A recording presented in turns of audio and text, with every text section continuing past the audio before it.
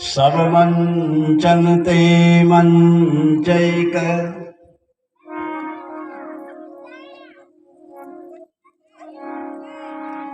सुंदर विशद और विशाल।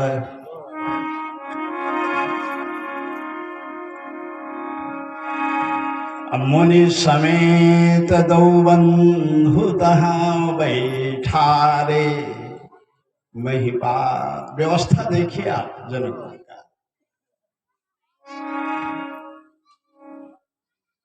अच्छा, एक बात और मैं आपसे निवेदन करूंगा। मुझे ऐसा लगता है कि महाराज जनक के द्वारा पूर्व में यह मंच बनाया नहीं गया था, क्योंकि आप पढ़िए इसका पूर्व प्रसंग। भगवान श्री राम माँ सीता के नगर को जब देखने के लिए जाते हैं तो धनुष मखशाला भी उन्होंने देखा।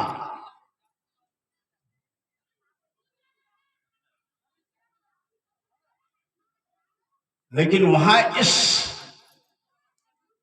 मंच का वर्णन नहीं है। आप पढ़ लो रामचरितमानस, मैं गना देता हूं आपको। पुर बालक कही कही मृदु वचना और सागर प्रभु ही दिखावहि रचना। अति विस्तार चार गच ढारी विमल वेदिका रुचिर संवारी।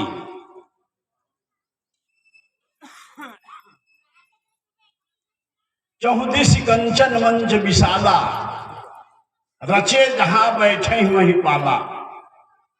इनके निकट विशाल सुहाए धवल धाम बहुवरण बनाए। जहां बैठे देखें सब नारी जथा जोग निज कुल अनुहारी। लेकिन ये सब मंचन दे मंच के तो हाथ वर्णन में है ही नहीं है। पूरा पढ़ लो आप, मैं आपको निवेदन कर दिया है मैंने उसको।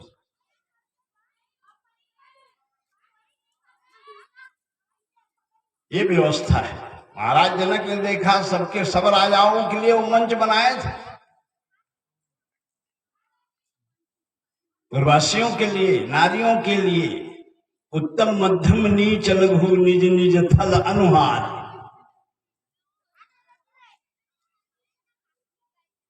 तो श्री राम को देख करके ये नया मंच का निर्माण महाराज जनक ने कराया है।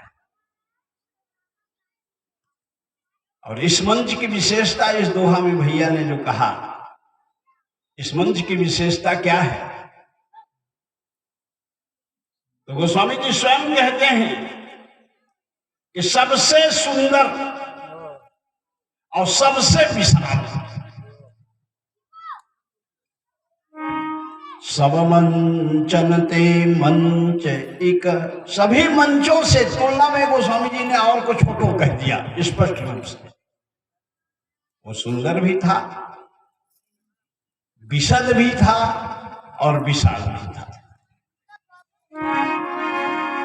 व्यवस्था देखिए, जितने राजा आए थे और जितने नर नारी उस धनुष यज्ञ में देखने आए, तो इन सबको किन लोगों ने बैठाया है?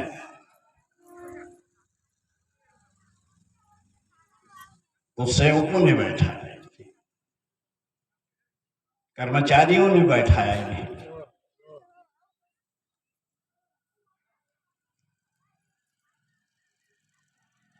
गोस्वामी जी कहते हैं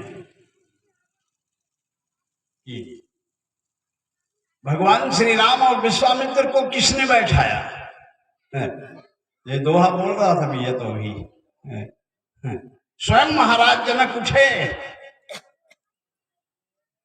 और भगवान श्री राम, लक्ष्मण और विश्वामित्र को महाराज दशरथ, महाराज जनक ने बैठाया उन्हें।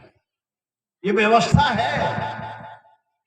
व्यवस्था का तात्पर्य, रामकथा ऐसी भी हो सकती है, माइक लगा है तो कहीं से भी सुना जा सकता है, लेकिन ये व्यवस्था है आमने सामने बैठ करके कथा सुने। ये व्यवस्था है।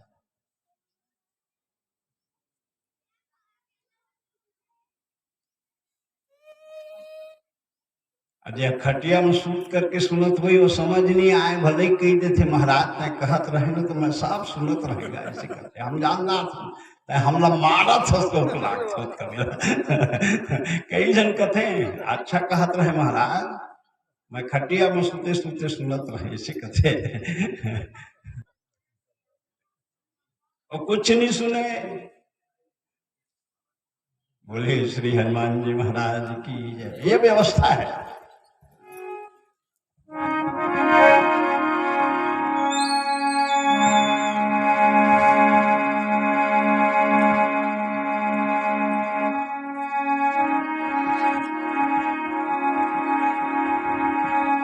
गोस्वामी जी लिखते हैं भगवान श्री राम जहां मंच पे बैठे, इसके पीछे दोहा में तो भगवान श्री राम को जिन जिन लोगों ने साहित्य के 9 रसों को गोस्वामी जी ने वहां भर दिया है। आप पढ़ लो। और मैं ये कहूं कि गोस्वामी जी ने साहित्य से लिया नहीं, साहित्य को दिया। 9 रस साहित्य में पढ़ते हो, लेकिन अब उधर ज्यादा नहीं कहूं। वात्सल्य रस का आप तुलना बता दो साहित्य में,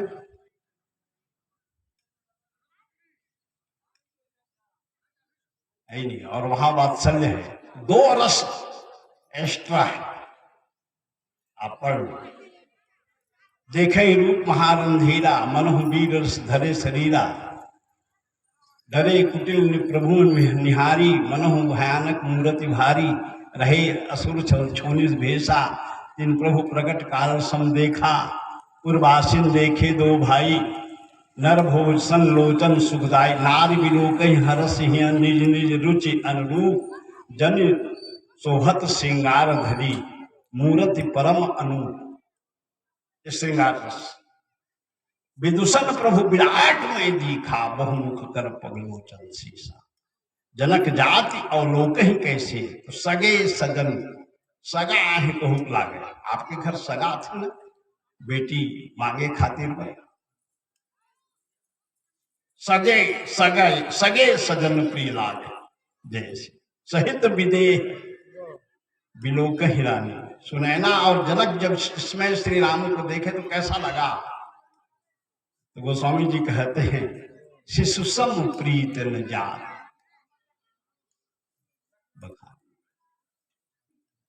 लेकिन वाह तुलसी तेरे करोड़ों प्रणाम है। राम ही चितई भाई जही सिया। सीता जी ने किस दृष्टि से, किस रस से देखा राम को?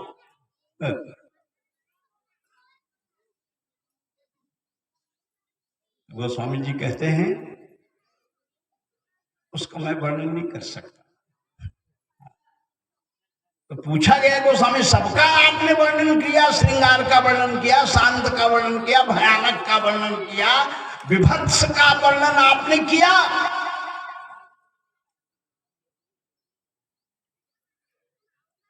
यहां तक कि जनक और सुनैना वात्सल्य रस का आपने वर्णन किया। शिशु सम प्रीति न जा बखान। जोगिन परम तत्वमय भाषा, सोह अस्मि इति वृत्ति अखंडा। योगी लोगों ने देखा भगवान श्री राम को, तो जो वो है वही मैं हूं, ये साक्षात अनुभव हुआ, जो दीपक ज्ञान में उत्तरकांड में गोस्वामी जी ने कहा।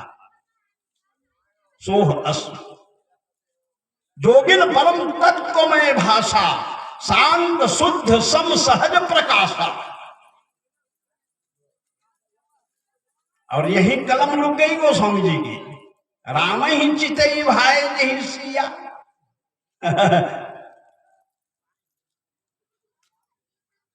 तो सीता जी ने किस दृष्टि से देखा? श्रृंगार शांत, ये तो साहित्य के 9 रस के रसराज हैं। कोई श्रृंगार को कहता है, कोई शांत को कहता है। खैर उस तरफ गोस्वामी जी महाराज ने ये कहा कि सीता जी ने किस दृष्टि से देखा, और बड़ी विचित्र लेखनी है तुलसी की। वहां पे कह दिया गोस्वामी जी ने, सो स्नेह और सुख बता नहीं सकता, अनिवर्चनीय है। सो स्नेह सुख नहीं कथनिया। तो तुलसी से पूछा गया, जब सबका बताए तो इसका भी बताना। कवि होने के नाते, कवि का तात्पर्य जहां न जाए रवि वहां जाए कवि। तो जो लोग जहां सूर्य का प्रकाश नहीं पहुंच सकता वहां कवि का शब्द पहुंचता है, और सब शब्द के माध्यम से वह संसार को बताता है उपमा के द्वारा।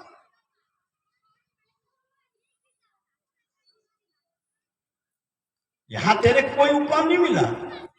तो गोस्वामी जी ने कहा वहां पहुंचे ही नहीं है। उन अनुभवती ना कहीं सक को, अरे मैं नहीं, इसको वेद वेदांत नहीं कह सकते। जिस स्टेज में सीताराम का मिलन होता है,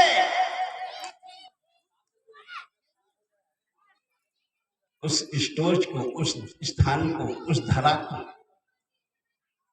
उस रस को कोई नहीं जान सकता, वेद नहीं कह सकता। हाँ। तो संसार के कवि क्या कह सकेंगे? कवि तो वेद के अनुसार से ही कहते हैं। तो स्वामी जी लिखते हैं, और अनुभवती न। अच्छा, एक बार नहीं, मैं 2-4 उदाहरण बता दूंगा। उस वाटिका में जब भगवान सीताराम के मिलन हुई, तो स्वामी जी क्या लिखते हैं, आप सुन पढ़िए। क्या? शरद शशि जनुचित चकोरी। सीताराम देख रहे हैं आपस में, सीताराम को देख रही हैं और राम सीता को। शरद शशि जनुचित चकोरी, लोचन मग राम ही उरे आनी, और दिन है पलक कपाट से। भगवान राम सीता को देख रहे हैं, मिलन हो रहा है दोनों का। भगवती सीता उसको नेत्र के मार्ग से, भगवान के रूप को नेत्र के मार्ग से हृदय के कमरे में बंद कर दी और लगा दी कपाट।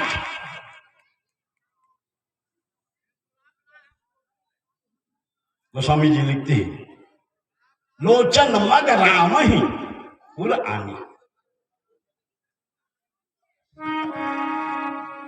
और दिन है पलक और कपाट सयानी। हृदय के मंदिर में पलंग में बैठा करके भगवती सीताराम को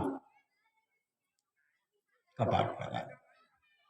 लोगों ने पूछा गोस्वामी से, तो किस प्रकार से अब हृदय के पलंग में बैठा करके सीताराम के रूप को रख ली हैं? बोले हाँ। तो अब किस प्रकार से आगे का कहो ना, कि किस प्रकार से उनका चरण प्रक्षालन कर रही हैं, दुलार रही हैं उनके चरणों को, आप कहो ना। तो गोस्वामी जी महाराज ने यही कहा जो यहां पर गोस्वामी जी ने कहा, वहां तो मैं देखता तब लिख सकता कि क्या कर रही हैं। तो आपका नेत्र बंद, मेरा नेत्र बंद नहीं हुआ, वहां कपाट लग गया। लोचन मग राम ही रानी, और दिन है पलक कपाट, बंद है वो कमरा। प्रीतम प्रिया का मिलन हो रहा है। वो कैसा हो रहा है, किस भाव से हो रहा है, कोई नहीं कह सकता। और जहां जहां भी इनका मिलन हुआ है पूरे रामचरितमानस में, और कहूं आपको इसका इसी का भाव, यही शब्द पर भगवान सीताराम का विवाह हो रहा है। मणिमय खंभा लगा हुआ है सबके चित्र जिधर भी देखो आप राम सी सुंदर प्रतिछाही जगमगात निखंभन माही। 4 खंभे हैं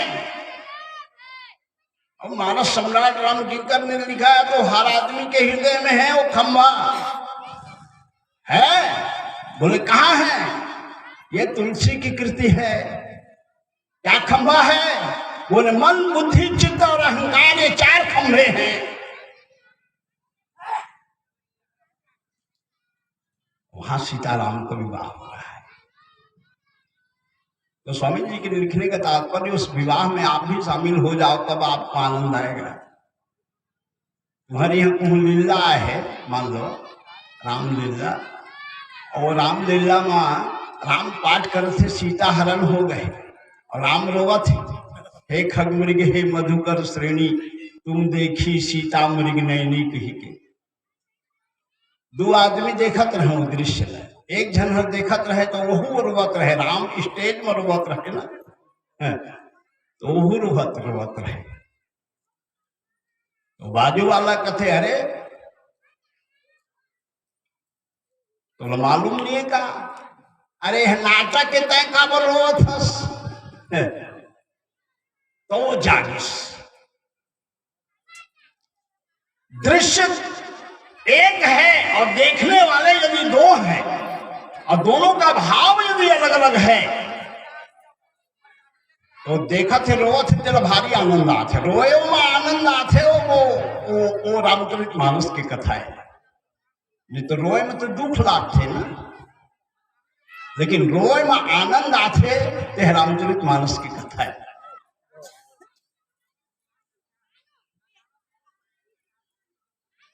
तो रोने वाला हर कहिस कहूं देखा था मुँह देखा था लीला कहीं। और आप भी सोच करके देखा ये बात ना कि ज्यादा कौन आनंद पात रही से, रोत रही संग में ज्यादा आनंद पात रही से, वो बिल्कुल अभिभूत हो गए रही से। वो ऐसे लगत रही से कि वो लाभीर सीता हरण चलत है और मैं वो दृश्य देखा था और राम रोवत है तो महू कर संग में रोवत हूं, आनंद आता रही सुनत। और वो देखत रही का कथे अरे नाटक है सही में थोड़े रोवत है, ये तो नाटक करत है यार, हमारी आए लीला खेले खा तो आनंद आई। जिसे बार बार ये मालूम हो कि ये केवल नाटक है, उसे आनंद नहीं आएगा उस लीला देखने।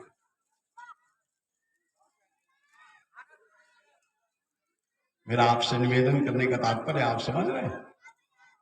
कथा में भी कथा 2 प्रकार की होती है, एक ऐतिहासिक,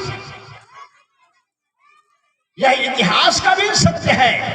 इतिहास का तात्पर्य है इतिहास, वह ऐसा था, यह इतिहास है।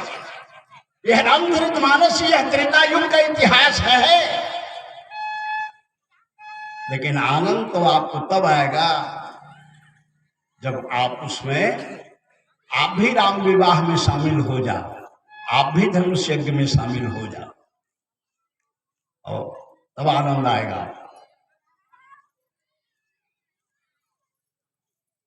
तो कथा जान लेने पर ज्ञान का अहंकार आ सकता है व्यक्ति को, लेकिन कथा में शामिल हो जाने पर आपको मज्जन फल पेखिए तत्काल। तो इस दृश्य से आप कथा सुने कि मैं भी भगवान के विवाह में धनुष यज्ञ में शामिल होगा, मैं भी था। वो स्वामी जी गीतावली में लिखते हैं जहां कोहबर में कोई पुरुषों का प्रवेश नहीं है, एक लाइन कह रहा हूं, वहां उन्होंने गीतावली में एक पंक्ति लिखी है, ताहु तुलसीन मिल गाए। गोस्वामी जी से पूछा गया जहां कोई पुरुष का प्रवेश नहीं वहां तू कैसे पहुंच गया? गोस्वामी जी महाराज का रामचरितमानस यही है कि आप भी उसमें शामिल हो जाओ, उस कथा में तो आनंद आएगा आपको। और ऐतिहासिक दृष्टि से सुनोगे तो आपको भी मिलेगा, ज्ञान मिलेगा, और कुछ नहीं, और कुछ नहीं आनंद नहीं पा सकते आप।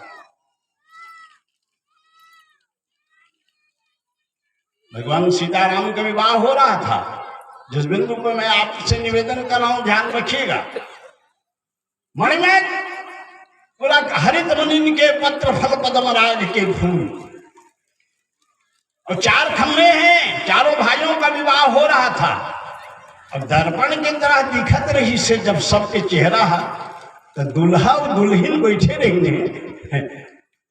आपस में देखत रही होगी ना। गोस्वामी जी लिखते हैं उसको, आप पढ़ो छंद। अनुरूप वर दुल्हन परस्पर, ये परस्पर शब्द। दूल्हा दुल्हन को देख रहा है, दुल्हे हैं, और दुल्हन दूल्हा।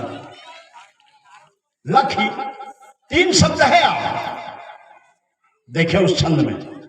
लखी देख रहे हैं, फिर सब कुछ आ जाती तो काबर सच्चाई। अरे कहीं मैं देखा था अपन दूल्हा भरतलाल जी महाराज मांडवी को देख रहे हैं, शत्रुघ्न सुतकीर्ति को, लक्ष्मण उर्मिला को। तो दुल्हन लोग जब दुल्हन लक्ष्मण को देखी वो उर्मिला, तो देख तो ली, लेकिन ये मन में भाव आया कि मैं देख रही हूं तो मुझे लोग तो नहीं देख रहे कि ये अपने दूल्हे को देख रहा है। तो गोस्वामी ने दूसरा शब्द लिखा, लखी। देखने के बाद क्या हुआ, तो बोले सकुच। अब सकुचाई तो सकुचाएगा, लेकिन दोनों में बड़ा आनंद है। लक्ष्मण उर्मिला को देखे के बाद को, और उर्मिला लक्ष्मण ने देखी तो ऐसे क्रिया तीनों ढंग होत रहे। गोस्वामी जी लिखते हैं, आप पढ़िए। लखी सकुच ही हर सही, और सब मुदित सुंदरता सराहई, और सुमन सुरगन बरसई। ये तीनों की देखने की एक क्रिया, एक लाइन में गोस्वामी जी ने लिखा।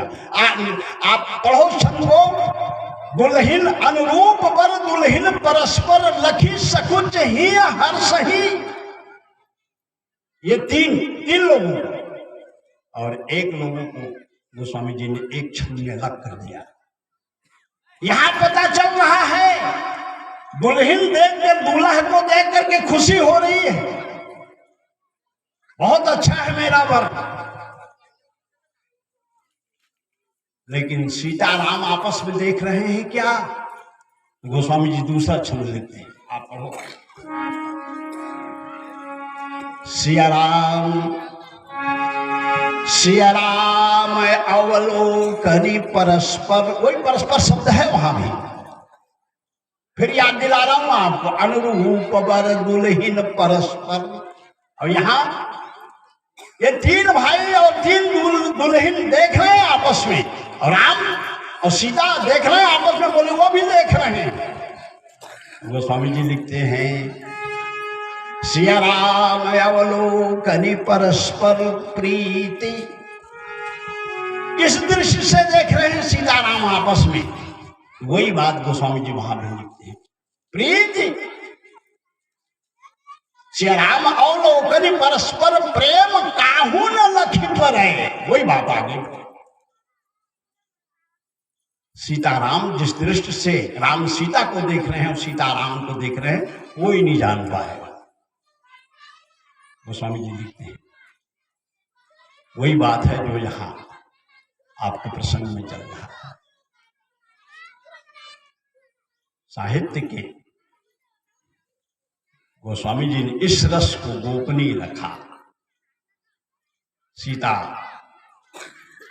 जी ने रामचंद्र जी सबनों देखा, उस मंच पर बैठे हुए भगवान श्री राम को, और सीता जी ने देखा तो गोस्वामी जी ने बोले उसका वर्णन मैं नहीं कर सकता, पूरे अनुभवती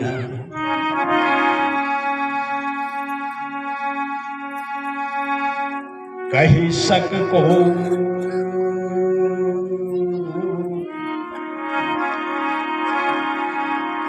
कवन प्रकार कहे कवि को, यही विधि रहा और जाहि जस भाव असोत ही देखे कौशल राम।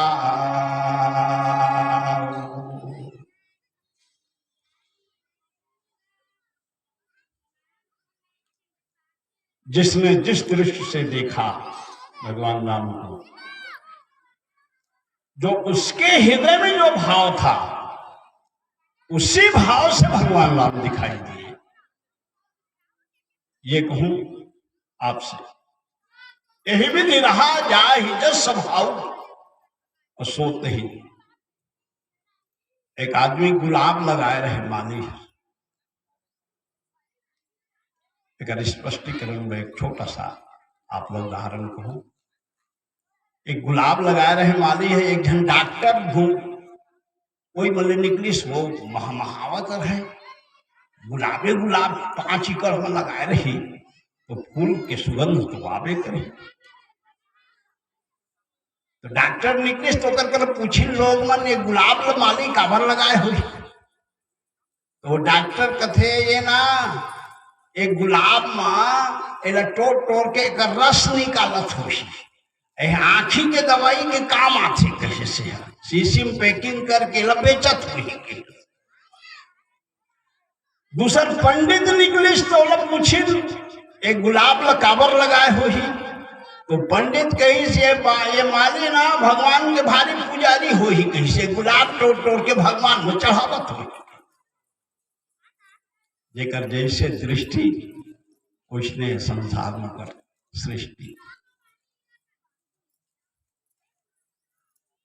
व्यापारी निकलिस्ते है सोचिस के अब गुलाब लब बेचत हो ही, अच्छा पैसा कमात हो। बस ठीक यही बात है यहां भी। गोस्वामी जी यही विधि रहा जाहि जस भाव और सोते ही देखे रामचरित मानस में इतने अनेक दृष्टांत हैं। दृश्य एक है और दृष्टा अनेक हैं। यदि तो जिस जिस भाव का दृष्टा होगा उसको वही दिखाई देगा।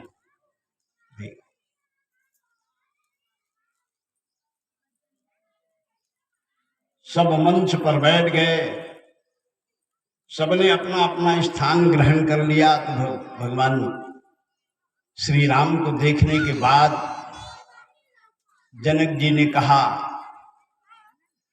ऐसे तो कुटिल राजाओं ने सबसे पहले कहा, भैया जो दोहा बोले हैं उसकी नीची चौपाई आपसे निवेदन कर रहा हूं।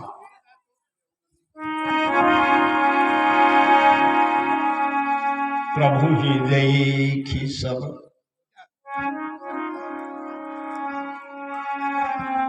निप्रेहिय हारे।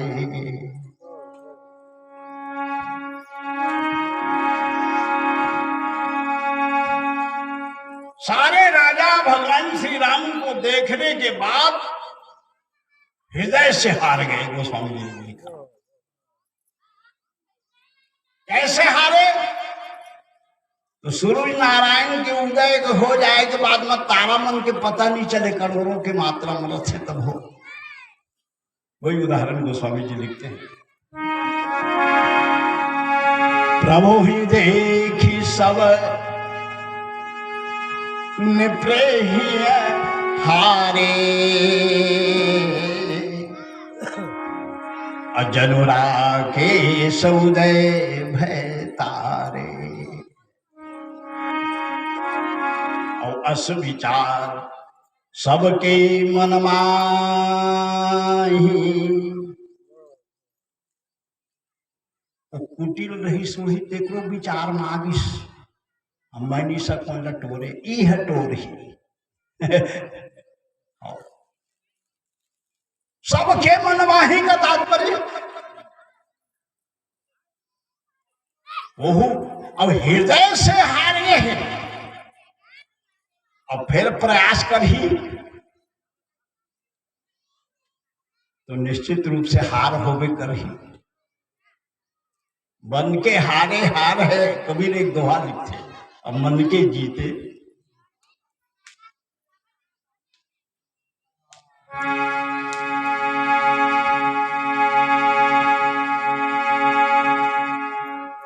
क्या निर्णय किया उन राजाओं ने? अच्छे राजा जो थे वो बोल पड़े, क्या? राम चाप और तोरब अब सकना, एवं कोई शंका करे की बात नहीं।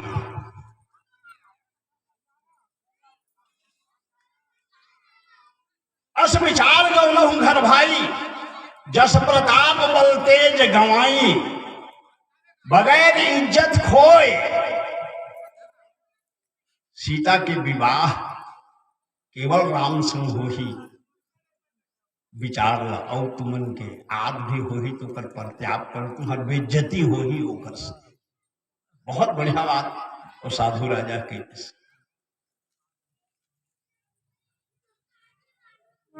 एकर खातिर बर बिनु भंजो भव और धनुष विषा, बड़ा अच्छा निर्णय करे सो।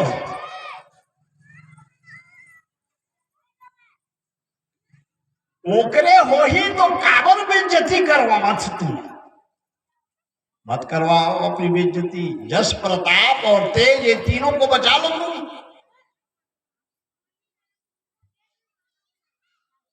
और मेरा तो निर्णय ये है, उस राजा ने कहा कि मेला ही सी राम उर्म, मत पकड़वाओ इस धनुष का खंडन खंडन। इसके खंडन होने से तुम्हें क्या लाभ होगा? कोई लाभ नहीं होगा, तुम्हारी बेइज्जती होगी। तो अपनी बेइज्जती को बचाने के लिए कम से कम एक सार्थक प्रयास तुम करो कि सबके सब ये कहो कि सीता आए और राम के गले में जयमाला डालो।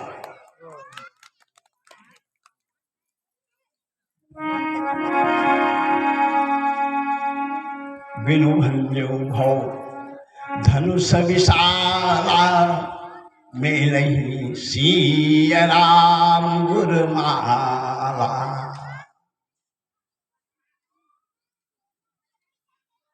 और बहुत अच्छा है, इन दोनों का विवाह देखो। और जनक जी का तो उद्देश्य यही था। और हमारे हिंदू संस्कृति में 4 विवाह हैं, 4 प्रकार। एक मानसिक विवाह, वर कन्या को देख ले और कन्या वर को देख ले, और मन से यदि वह स्वीकार कर ले तो एक विवाह हो गया, समझो। मैं तो आज भी कहता हूं, यदि मानस पढ़ते हो तो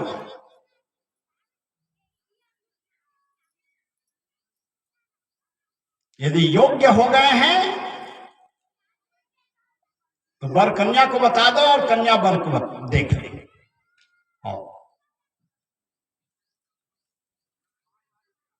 ये हिंदू पद्धति। हाँ, दिखा दो उनको एक दूसरों को। हाँ, वो विचारों में स्वतंत्रता होना चाहिए। लेकिन एक बात आप समझ लो, इसमें छूट भी है और नियंत्रण भी है। क्या? माता पिता के बगैर आशीर्वाद के वो विवाह होने मत दो। और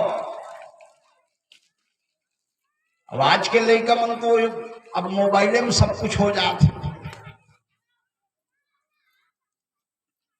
मना नहीं, आप कर सकते हो, ठीक है। मैं तो यहां तक भी आपसे निवेदन करूंगा, लेकिन माता पिता का चयन आवश्यक है। उसमें आप देख लो, पसंद कर लो, ठीक है, यहां तक अपना मन दे दो। महाभारत में एक प्रसंग है, आप जानते हो, अम्बिका और अमरिका का। मैं मानसिक विवाह कर लिया है, उन्होंने सत्यवती से कहा, तो सत्यवती ने उस अम्बा को बड़े आदर के साथ उस राजा के पास पहुंचाया। मानसिक विवाह, यदि मन किसी को आपने दे दिया है तो ये पहला प्रकार का विवाह है। और भगवान सीताराम के चारों विवाह हो इसने हो ये चारों प्रकार है। दूसरा विवाह है उसके हाथ में माला दे दो, माला पहना दे, ये दूसरे प्रकार का विवाह है। और कोई पिता प्रण किया है वो हो जाए तो ये तीसरा प्रकार का है। और ये चौथा प्रकार आप जानते हो कि जिससे माँ बाप हाथ पकड़ा दे, पानी ग्रहण, पानी मतलब हाथ और ग्रहण मतलब पकड़ना। ये चार प्रकार के विवाह हैं और सीताराम के चारों विवाह हुए।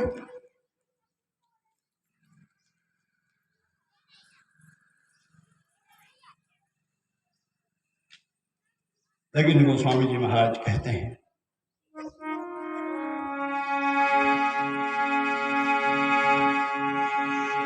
कि यह विवाह अभी होने जा रहा है।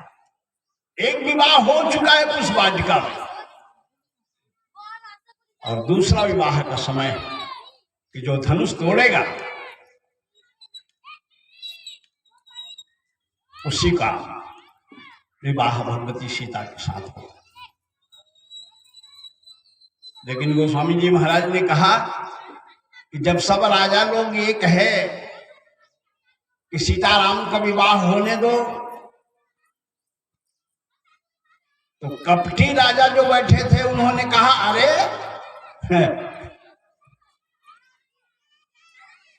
क्या कहता है, विवाह ऐसे ही हो जाए? तो अपना विचार वो व्यक्त किया। धनुष टूट जाने के बाद भी विवाह कठिन है। देखिए उसकी उच्च श्रृंखलता।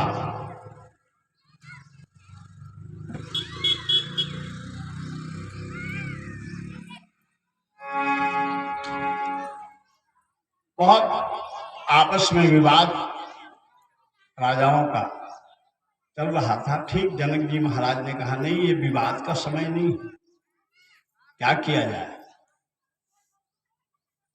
तो ठीक उस विवाद को बंद कराने के लिए और अपनी बात को आगे बढ़ाने के लिए जनक जी महाराज ने एक बहुत बढ़िया युक्ति,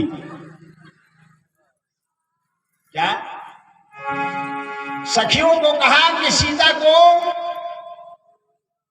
रंगभूमि में ले आओ, ये मेरा कर्तव्य है। तो कोई राजा तोड़ने के बाद ये आरोप ना लगाए कि हमने देखा नहीं था।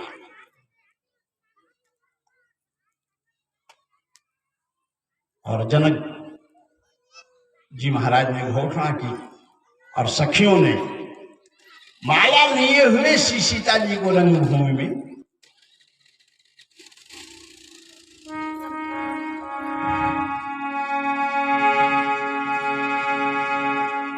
और जब राम और सीता, जब सीता जी को रंगभूमि में लाया गया, संग सखी सुंदर चतुर।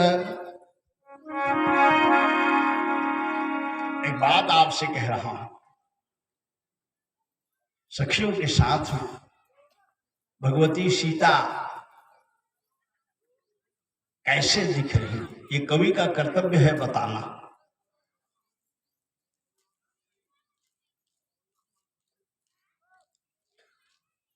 तो गोस्वामी जी ने सीता जी की सुंदरता का वर्णन रामचरितमानस भर में नहीं किया, कोई उपमा नहीं दी, सजीव उपमा। स्थूल उपमा वो लंका कांड में जब सीता जी की अग्नि परीक्षा हुई उस समय एक स्थूल उपमा गोस्वामी जी ने लिखा, कनक पंकज की कली कह के, लेकिन सीता जी की सुंदरता का वर्णन नहीं किया। राम जी की सुंदरता का वर्णन आप नख से लेकर के सिख तक पढ़ सकते हो। नील सरोज नीलमणि नील नीलधर श्याम, राजहि तन शोभा निरखी कोटि कोटि शतकाम, शरद मयंक बदन छब सीवा, चारु कपोल चिप गिरधर ग्रीवा, अरुण अधर रत सुंदर नासा। पूरा नख से लेकर के सिख तक वर्णन है। पद राजीव बरणी नहीं जाही और मुनिमन मधु बस जिनवा। लेकिन सीता जी का सुंदरता का वर्णन गोस्वामी जी ने लिखा। लोगों ने पूछा, राम की सुंदरता का वर्णन किया आपने, सीता जी का क्यों नहीं किया? वो नायिका है, अधिष्ठात्री देवी है, उनकी सुंदरता का वर्णन आपको लिखना चाहिए। तो गोस्वामी जी क्या लिखते हैं मानस की चौपाई पर, यहां पढ़ो आप। सोह नवल तन किसका वर्णन? सीता जी के अंग का वर्णन नहीं, वो साड़ी पहनी वो बड़ी सुंदर थी, ये गोस्वामी जी लिखते हैं। सोह नवल तन सुंदर सारी,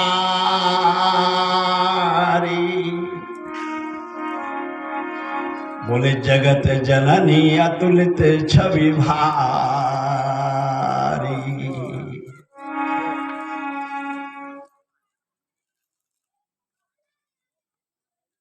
पानी सरोज सोह जय माला, औचट चितिये सकल हुआ।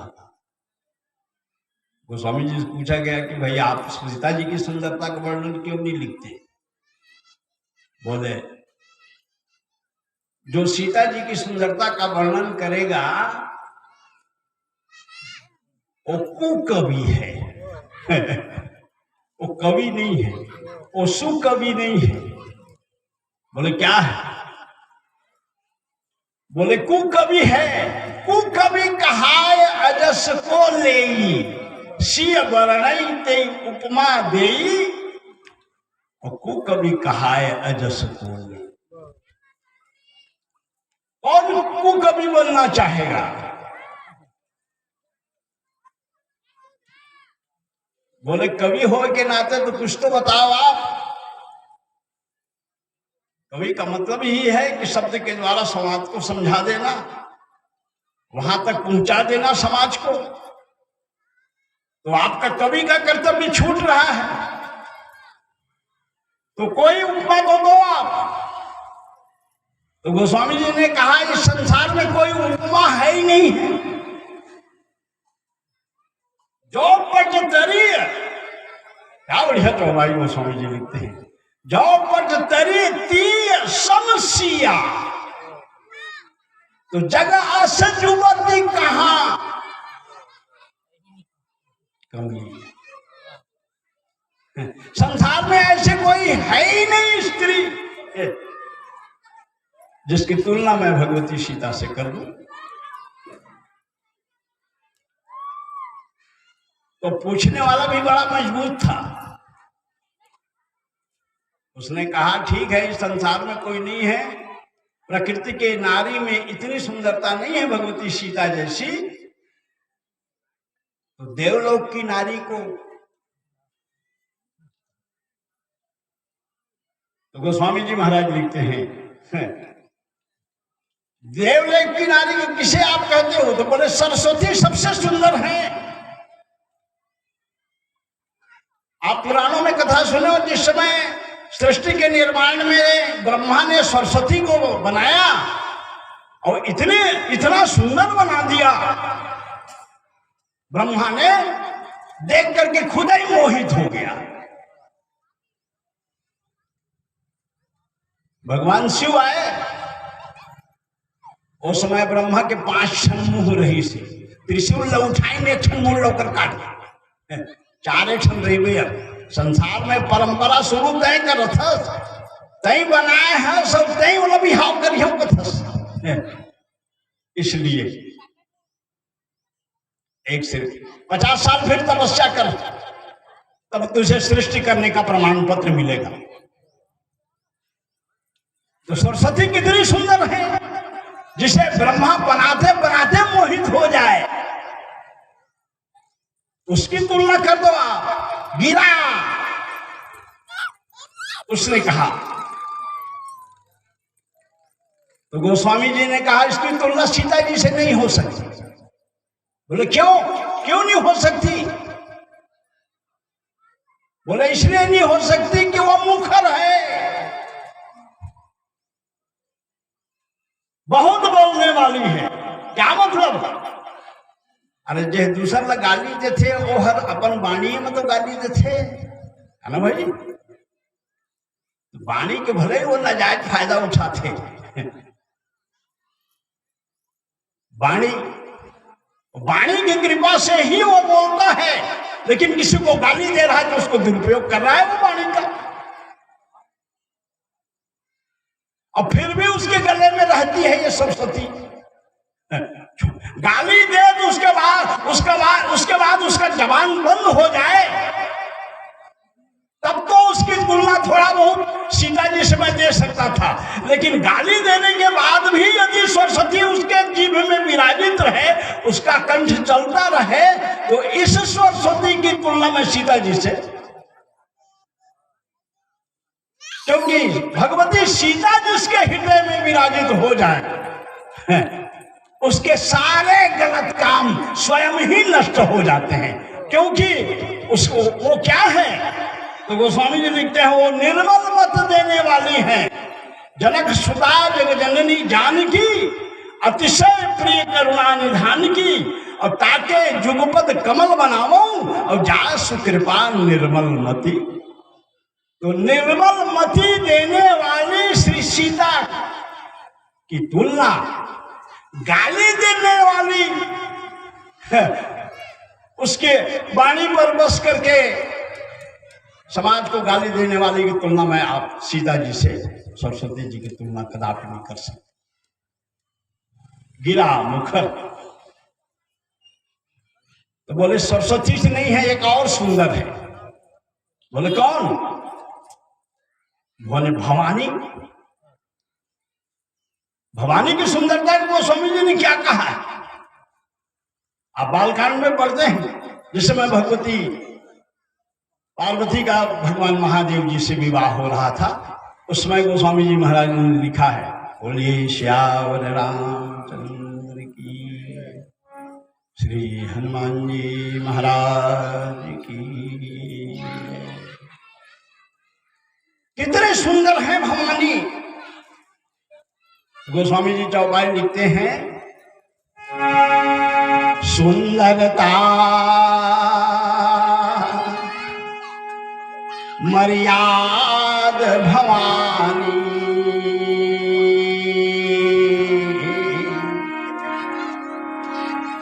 और जाइन कोटहु बदन बखानी। वही सुंदरता सुंदरता है जिस सुंदरता में मर्यादा है, वही सुंदर है। और जब मर्यादा नहीं जेकर सुंदरता वही है, तो रामचरित मानस के जनऊ पात्र है जेकर सुंदरता में मर्यादा नहीं है। आप समझ गए हो, मैं तो नामों लेना ला पसंद नहीं करत हो। मेरा भी भगवती सीता के प्रसंग चलत थे तो जिस सुंदरता में मर्यादा नहीं है,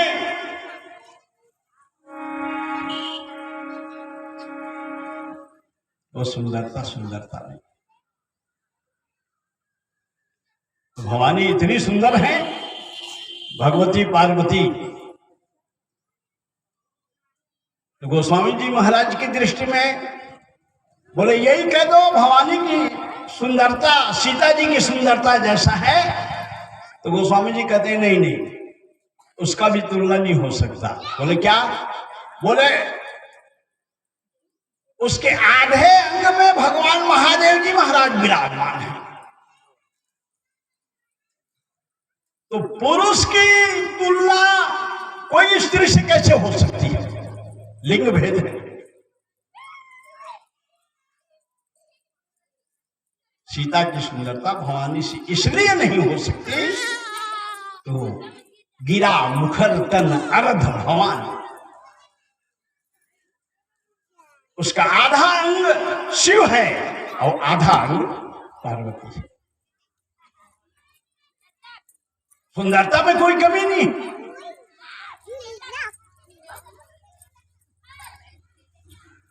तो पूछने वाले ने कहा कि एक और स्त्री है, वो भी बहुत सुंदर है। बोले कौन?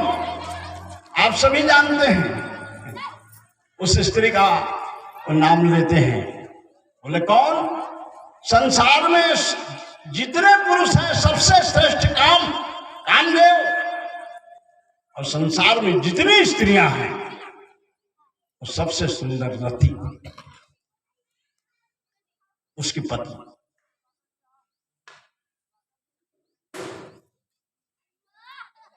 तो बोले उसकी भी तुलना सीता से नहीं हो सकता, हो ही नहीं सकता। क्या बोले क्या कारण है? बोले उसका तो पति ही नहीं है। तो विधवा स्त्री की तुलना सीता से कैसे हो सकता है? रति अति दुखिता अतन पति जान, उसके पति का कन ही नहीं है। भगवान शिव जला दे अब ते रथ तब नाथ करा हो वही नाम अनंग। काम जल गया, नहीं हो ही नहीं सकता। उससे दुखित, उससे द्वापर का इंतजार है, और दुख में भरी है अपनी पति के बिना। और भगवती सीता अभी वो बच्ची पढ़ रही थी, उद्भव स्थितिम संहार कारणिम क्लेशहारणिम सर्वश्रेयस्करिम सीताम नतुहम राम बल्लभ। और आह्लादनी शक्ति है इस संसार की, उस आह्लादनी शक्ति की तुलना अतल पति जाने से कर है, हो ही नहीं सकता। बोले ठीक है, एक है उसको तो आपको कहना ही पड़ेगा। अब बोले कौन? तो गोस्वामी जी बड़ी सुंदर चौपाई लिखते हैं। बोले लक्ष्मी जी से कर दो, वह तो नारायण की पत्नी है, उसमें तो कोई कमी है ही नहीं। क्योंकि भागवत जी की कथा में आप सब जानते हो कि लक्ष्मी जी समय जयमाला लेकर के हुए समुद्र से उत्पन्न हुए, तो सारे देवता और सारे दैत्य लाइन लग गए थे हमें वर ले कह के, सुंदरता पर मुग्ध थे, बहुत सुंदर है। गोस्वामी जी से कहा कि लक्ष्मी जी से तुलना कर दो आप।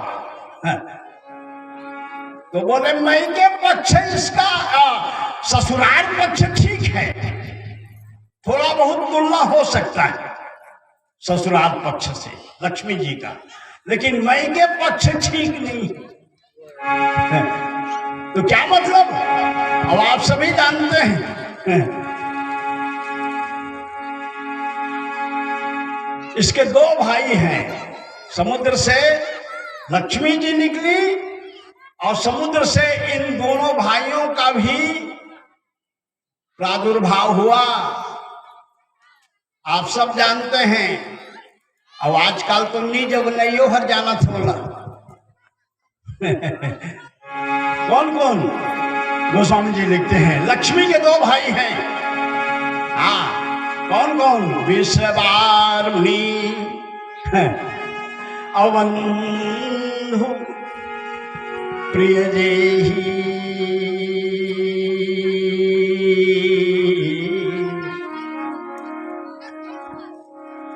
और कही रमा सम किमी वैदेही। एक दूजन भाई हैं, विष भी है एक भाई, और ओहूहर भाई।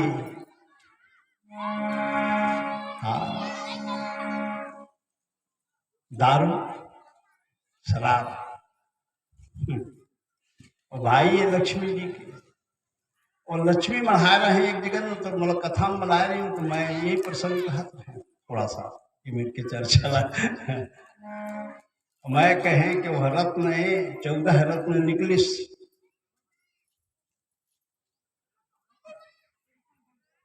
तो स्रोतो समाज कमजोर नहीं रहे। ये कभी मान के आप कथा मत कहना कि बिल्कुल मैं जो कहूंगा वो मान जाएगा, नहीं। मैंने कहा भाई 14 रत्न समुद्र मंथन से निकला, तो सुनने वाले ने मुझसे कहा बाद में, मन से उतर के गया, तो आपने तो उसको रत्न कहा है। मैंने कहा हाँ, रत्न 14 रत्न तो है। मेरा कहने का कोई मतलब नहीं है, तो शास्त्र कह रहे हैं, संत लोग कहते हैं।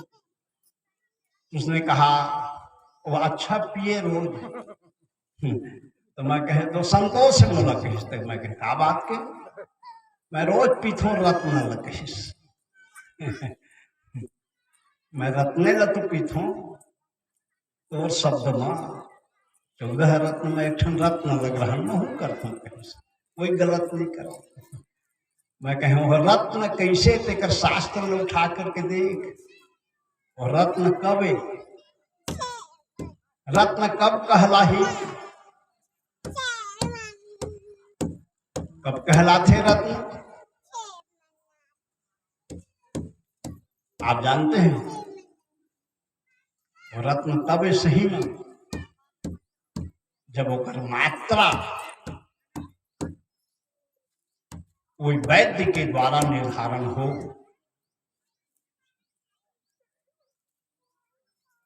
कोई वैद्य हर कहे कि 2 बूंद पीबे तो वह दवा के काम करे। अगर के आप जब कोई बीमार पड़ते,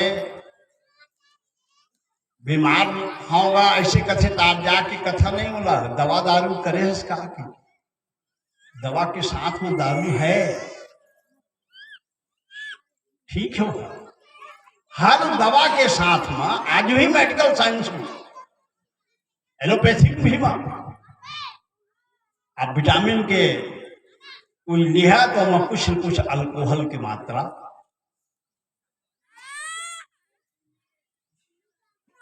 तो वैद्य उसका निर्धारण करे, ये 2 बूंद लेवे, और तय बोतल पीबे तो हरत नहीं है। कदापि कल्पना मत करबे कि मैं रत्न पियत हूं के। मात्रा का निर्धारण किसी वैद्य के द्वारा हो तब वो रत्न है, वो रत्न है। लेकिन उसका तू दुरुपयोग करेगा तो तेरे लिए रत्न नहीं रह जाएगा। घी अच्छा है ना भाई, हम मानते ना, रोज 50 ग्राम 100 ग्राम खावे तो तोड़ अच्छा है, और 2 किलो लेके कोई पी दे बेटा, डायरिया तो हो जाएगी। वो वस्तु क्या करेगा, उपलब्धि का महत्व नहीं है इस संसार में, उपयोगिता का महत्व है। तेरे पास क्या है,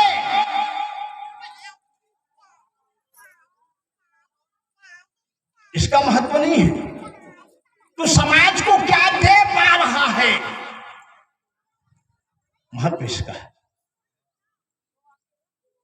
घी अच्छा है तो 2 किलो पीबे तो तौर पर तो वो जहा दे, वो पुष्टि थोड़े। दारू रत्न है, मैं बार बार कहता हूं, वो रत्न है, लेकिन उसकी मात्रा का निर्धारण तुम्हारे द्वारा ना हो, पीने वाला के द्वारा ना हो उसका मात्रा का निर्धारण। कोई वैद्य कहे कि 2 बूंद ले ले, इस परिस्थितियों में वो परिस्थिति का कारण और मात्रा, इस दोनों का निर्धारण तुम्हारे द्वारा नहीं होना चाहिए, वैद्य के द्वारा हो, नियंत्रित हो तो रत्न है, नहीं तो जीवन खत्म कर दी हो सकती है। देखा था ना शब्द,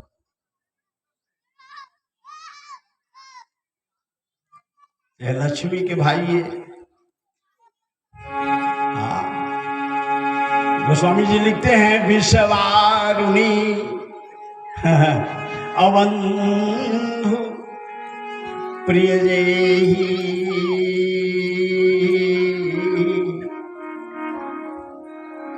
तो कहिय रमासम अरे किमी वेदे। ओका 2 ठन वाहन है, आप जानता लक्ष्मी के 2 ठन वाहन है और एक ठन वाहन आए कर भगवान नारायण के साथ में जब लक्ष्मी आती हैं तो गरुड़ पर चढ़ के आती है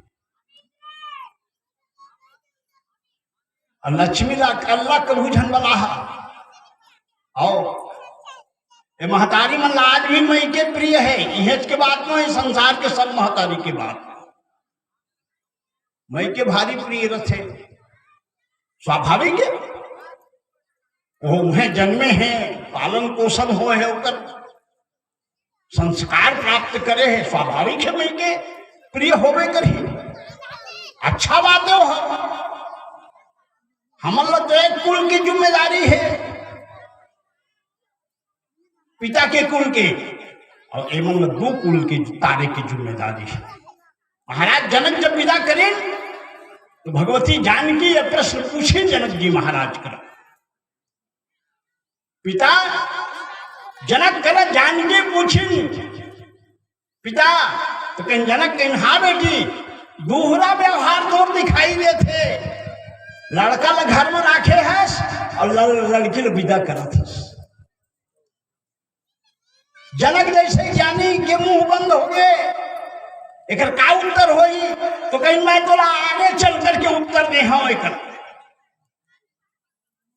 भगवान सीताराम के वनवास हुई, जनक जी महाराज पहुंचे और जानकी ने देखी न हुई मरे कर उत्तर दे। गोस्वामी जी लिखते हैं बेटी विदाई के मेरा तो प्रश्न कर रहे तो हाँ उत्तर दो तो कैसे मैं तो अघोरत हूं तो उत्तर ला क्या उत्तर दे। बहुत अच्छा बात गोस्वामी जी लिखते हैं। हाँ पुत्री पवित्र किए कुल दो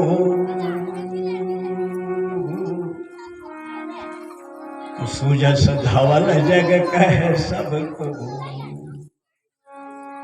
दोनों कुल पवित्र करे की जिम्मेदारी। एक जन महतारी आई सत्य घटना बताया था मोर जीवन में, मांग रहे ऐसे तिरछा निकाले रहे, ठीक बोले हो नहीं महाराज बढ़िया दिखा थे। मैं क्या बहुत अच्छा दिखा थे बेटी, लेकिन यह भारतीय संस्कृति के अनुरूप नहीं है। मैं साफ कह रहा हूं सत्य घटना कहत हूं आप तो कैसे मंगे देखता है कहे तो मैं कहता है एक अंगू भार राखे एक कथी के हमन के है रथे, हमन को अर्थन तो एक गति रथे है ना भाई। और तुमन रस हमार संस्कृति कहे है तुमन दोनों के भार है, तो बीच में मांग ल निकाल दे तो तुम दोनों के भार है। ए पार हर खुद पिता के भार है, वे पार है ससुर के भार है।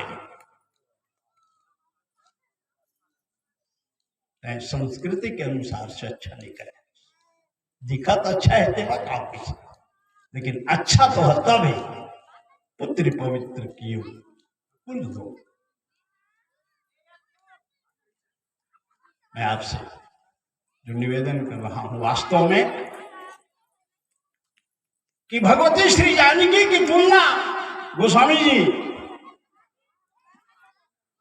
उसमें नहीं, किसमें?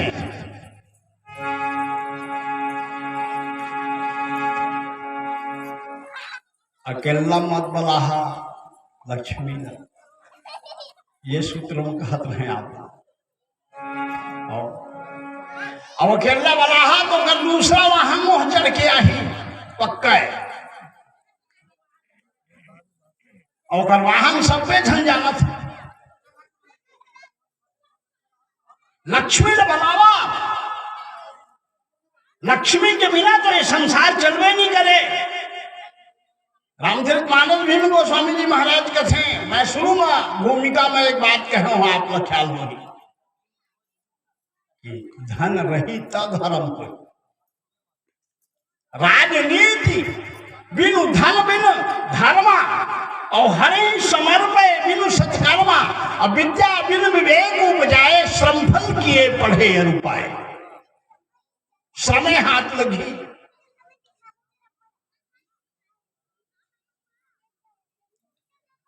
धर्म के लिए धन आवश्यक है, उसके बिना एक कदम, आज तो अर्थ का युग है, पांव पांव में आपको धन लगेगा, धन आवश्यक है। लक्ष्मी को बुलाइए, आप कमाइए, कमाना पर मना नहीं है, और ध्यान से सुनिएगा, कमाना मना नहीं है, कमाते हुए भगवान को भुला जाना मना है।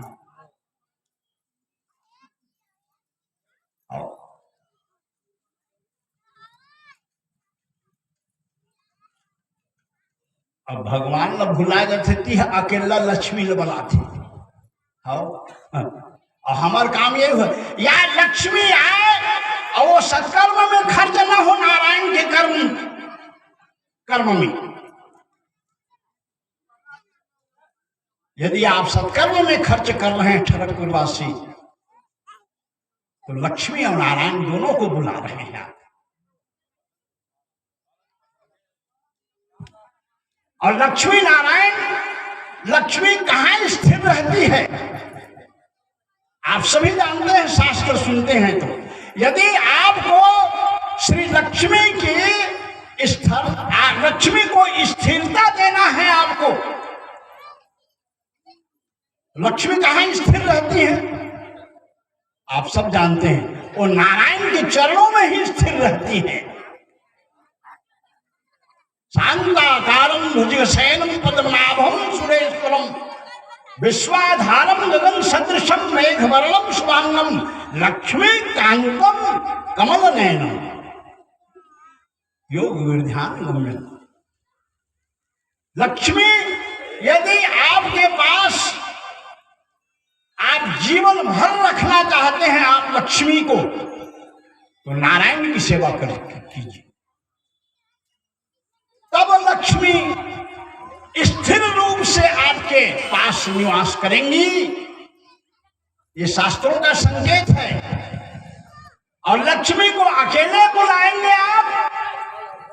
मैं जिस सूत्र में आपसे निवेदन कर रहा था, लक्ष्मी को अकेले बुलाएंगे पर भी मां आएंगे, वो तो मां है।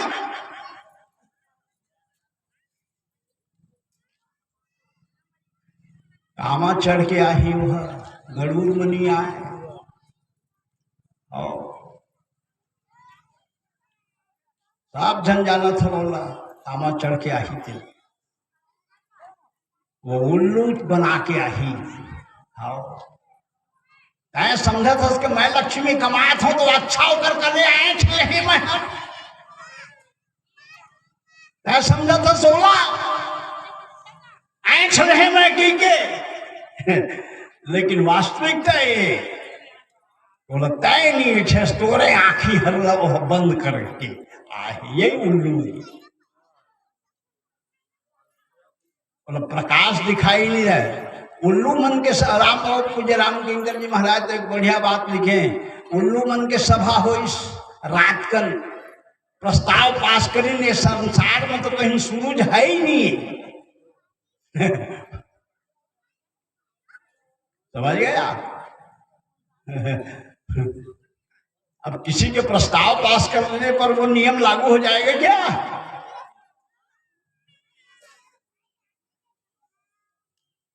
तो लक्ष्मी है अकेला बनावे ना, ये रामचरितमानस कथे, फिर वो उल्लू बना के आही जोबा, प्रकाश कति नहीं जाएंगे, भगवान कति के खर्चा में नहीं जाएंगे।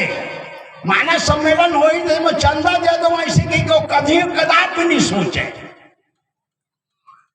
नारायण के कर्तव्य की ओर वो अग्रसर नहीं होगी, क्योंकि वो उल्लू से आई है।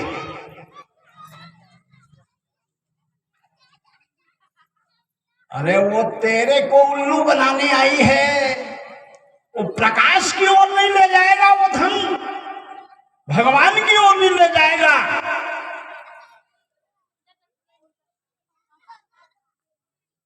क्या होगा? मैं सत्य घटना आपको बता रहा हूं।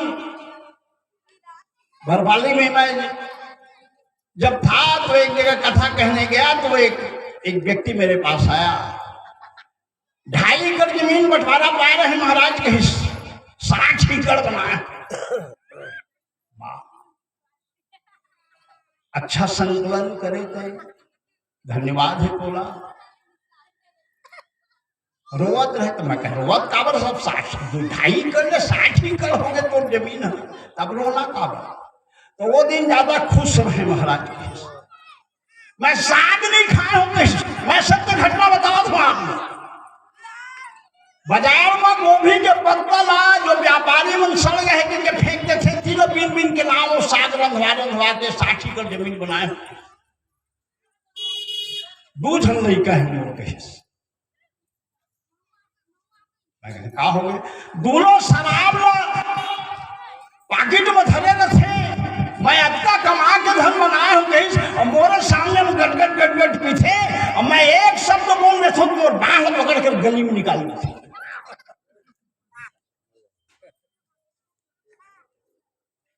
मैं कहीं रामायण में लिखा है तो गलत नहीं होगा। भगवान के नाम को भी चंदा दे नवधा होत रही तो नहीं होता। तो मैं बाँचाऊं सत्य घटना कहीं से अपन हृदय से कहीं मोर घर आए तो मैं लुका जाऊं कहीं बारी कथी चल नहीं ये कह देंगे। तो मैं कहीं आज एक फल तोला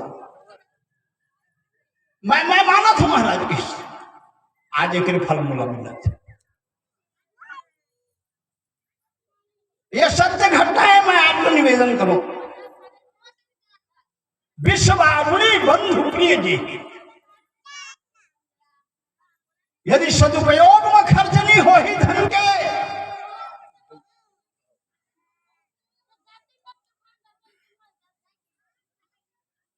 यदि आपका पैसा सदुपयोग में खर्च नहीं होगा निश्चित समझ लीजिए आप उसका दुरुपयोग ही होगा।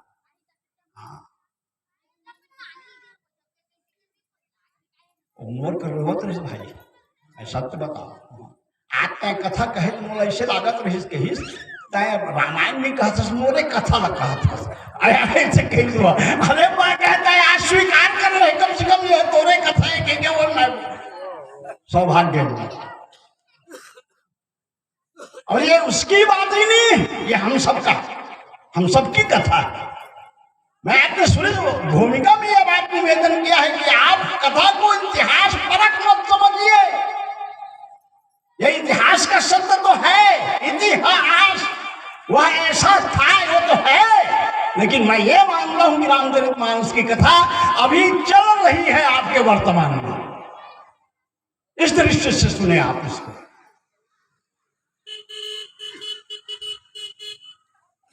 बहुत रोवत रही मैं कहें आज भी मौका है सुधर जा हो बिल्कुल और सुधर जाओ है भगवान की कृपा से। आज भी तो भगवान के वक्त ऐसा उपयोग करे कर जब का समय है। अरे परीक्षित कहिस के 7 दिन के समय है ऐसा कोई महात्मा खोजा तो एकदम और 7 दिन में मुक्ति दिला दे। एक जन महात्मा आई साथ सब जा रहा था भगवान सुखदेव स्वामी और सुखदेव स्वामी कहीं 7 दिन है समय तो करा तत्रा भगवत भगवान व्यास पित्रो यदृक्षागावचमानो अनिपेक्ष अलिक्षलिंगो निजलावतिष्ठो वृद्धश्चैव बालरयो धूतवेश। भगवान सुखदेव स्वामी प्रकट हुई क्या प्रश्न है तेरा। तो प्रश्न के पहली महाराज मोर समस्या है तेरा सुन ले के 7 दिन भर के समय है प्रश्न बाद में कर 7 दिन में तो आपके पास ऐसा कोई साधन है जो मुझे भगवान तक पहुंचा दे। मुस्कुरा दिए स्वामी सुखदेव भगवान और सुखदेव भगवान मुस्कुरा करके उन्होंने कहा क्या कहता 7 दिन है अरे तो बहुत है। तो बोले इससे भी कोई कम समय में भगवान को प्राप्त कर लिया है। हाँ भगवान सुखदेव ने कहा तेरे को प्रत्यक्ष उदाहरण बता रहा हूं ऋषि खट्टराम 2.5 घड़ी में भगवान को प्राप्त कर लिया। तेरे पास तो 7 दिन है। वो जाना जब मेरी मृत्यु केवल 2.5 घड़ी बाकी 2.5 घड़ी बाकी 2.5 घड़ी मतलब समझ लिया एक मुहूर्त होते 24 मिनट के, और 2 48 और आधा 12, 1 घंटा आज के भाव में। 1 घंटे में तेरी मुक्ति भगवान तक पहुंचा दूंगा, ऐसा हुआ है। 7 दिन तो बहुत है। मैंने उससे कहा अभी तेरी मुक्ति हो सकती है, तू भगवान के नाम पर खर्च करने का शुरू कर। लक्ष्मी को अकेले मत बुलाइए, नारायण के साथ में बुलाइए। ये मेरा सूत्र है आपसे निवेदन करने का। अकेले मत बुलाओ, और अकेले बुलाओगे, मैं पहली कहे महतारी मंगलम मई के ज्यादा प्रिय रथे। यदि ओकर संग में नारायण ली रही ना लक्ष्मी के संग में, तो महतारी मंगलम मई के ज्यादा प्रिय रथे, तो वह 2 झलक धर के आते। लक्ष्मी के मई के लिए कौन आते? गोस्वामी जी महाराज रामचरितमानस में लिखते हैं, विश्ववारुणी अबंधु प्रिय जेहि। आओ बेटिया विराजो, बस थोड़ा देर में बंद। बोलिए श्याम रामचंद्र की, श्री हनुमान जी महाराज की जय। लक्ष्मी को अकेले मत बुलाओ, नारायण के साथ भी बुलाओ। अब अकेले बुलाओगे तो रामचरितमानस ये कहती है, हमारे शास्त्र कहते हैं, वो 2 झलक धर के आही अपन मई के कति केला। आज भी कहूँ महतारी मन कही दे, एती के झंडाव लेबे कह देबे मोर कति केला, तोरे कति के कौन ज्यादा प्रिय थे? मैके के फिर वो ना मोर भतीजा है जेला बला लाते हैं। प्रकृति दोष नहीं हो, ये भारतीय संस्कृति। लक्ष्मी हो 2 झलक धर के आई, और काला धर के आई, तो विश्ववारुणी विश्ववारुणी अवंधु प्रिय जेहि। अरे रामचरितमानस ऐसे ही नहीं है जी। हाँ, एक अर्धाली जीवन में उतर जाए तो परमात्मा के चरणारविंद को समर्पित हो जाए। ये मानस वो मंत्र है। तो स्वामी जी लिखते हैं, इसे आप क्या जान के पढ़ते हो आप जानो, लेकिन मैं जो रामचरितमानस लिख रहा हूं क्या है? बोले मंत्र महामणि विषय व्याल के, जो मेटत कठिन कुंक भाल के। तो माथा में खराबी लिखाए हो ही मानस पढ़ना शुरू कर दे, और यही जान करके पढ़ना शुरू कर दे कि मैं आगे नहीं पढ़त हूं, मैं मंत्र पढ़त हूं। आपकी भावना ऐसे उच्च स्तरीय होना चाहिए जो गोस्वामी जी ने लिखा है, उससे आप जुड़ जाइए। एक अर्धाली उतर जाए, यही उतर जाए। विश्ववारुणी, आप कमाओ, कमाना मना नहीं है, लेकिन ये भूल मत जाओ, कमाते हुए परमात्मा को भूल मत जाओ। और सदैव आपके पास लक्ष्मी रहे। हमारे शास्त्र कहते हैं कम से कम 10% उसका खर्च परमात्मा की ओर आप करते रहो, तो आपके पास नारायण यदि आ जाएंगे तो लक्ष्मी स्थिर निवास करेगी। नहीं तो लक्ष्मी का एक और रूप है, आप सब जानते हैं, हम 4वीं 5वीं पढ़त रहे। हाँ, ओकर काला है छनाऊ, आज तोर कर रहे और काल मोर कराए आगे चंचला। वो गिरधर कवि अच्छा कह रही से, वो 4वीं 5वीं पढ़ते हैं तो समझ, आज समझ आत हो कविता। चंचल जल निचार के 58 रहत निदान, ठावन रहत निरान जियत जग में यश लीजे, मीठे वचन सुनाए विनय सब हितन कीजे, कह गिरधर कविराय सुनो ठाकुर मन के, बिनबुल है न कोई सहस नर गाहक। आज समझ हाथ हो कविता, वो गिरधर कवि का सोच समझ करके बनाए नहीं। वो चंचल वाली लक्ष्मी आएगी ना, तो आने के पहले वो जाने के रास्ता बना चुकी होगी। हाँ पक्का समझ लो, वो तो उल्लू बना के आई है, उल्लू के वाहन में चढ़ के आई है। और आने के पहले वो जाने का रास्ता, दारू भट्टी के बिल घर में पचका गए हैं और पति पत्नी में झगड़ा होते, वो झंडे कहते और वो तो दहेल पड़ी। आने के पहले जाने का रास्ता बना चुकी है। चंचल जल दिन था चारी की, तो लक्ष्मी के साथ में यदि आप नारायण की उपासना न करोगे, निश्चित रूप से उसमें स्थिरता नहीं आएगी, वो आपके पास नहीं रहेगी, वो तो अपने भाई के पास जाएगी। विश्ववारुणी बंधु प्रिय जय। हाँ, और ये गारंटी है इस बात की। हमारे शास्त्र ऐसे ही नहीं कपोल कल्पित बात नहीं करते, उन्होंने जीवन भर खपाया है अपने जीवन को ऋषि मुनियों ने, और तब ये रामचरितमानस की चौपाई लिखी। मानो न मानो आप लोग, हम लोग तो ना, हम लोग पोस्टमैन है, संदेश वाहक, पत्र वाहक। ये बात आपकी है और आपके लिए लिखी गई है, हम लोग तो इसको डिस्पैच कर रहे हैं, बस आपको बता रहे हैं।